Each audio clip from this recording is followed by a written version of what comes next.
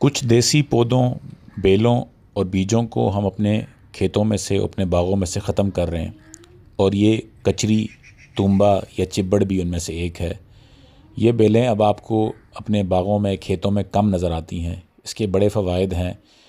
کچری گوشت گلانے کے لیے بھی استعمال ہوتا ہے، اور تنبا جو ہے، یہی اسی کا نام تنبا بھی ہے، اسی کو حکمت میں استعمال کیا جاتا ہے۔ چبڑ بھی کہتے ہیں اس کو، اس کی چٹنیاں بنائی جاتی تھیں، اور آج بھی جو لوگ سمجھتے ہیں اس کو اکٹھا کرتے ہیں اور اس کی چٹنیاں بنا کے اپنے پاس لمبے عرصے کے لیے رکھ لیتے ہیں، اور یہ ہاضمے کے لیے بہت اچھا ہوتا ہے۔ تو ابھی بھی موقع ہے، ابھی اپنے کھیتوں میں ان بیجوں کو بچائیں۔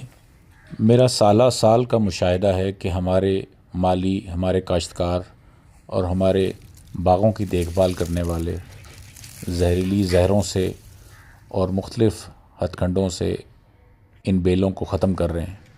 شاید اگلے 10 سال میں آپ کو یہ شاید میوزیم میں نظر آئیں۔ اپنے ان دیسی بیجوں کو بچائیں، ان کو اپنے کھیتوں میں خاص جگہ دیں۔ تنبا۔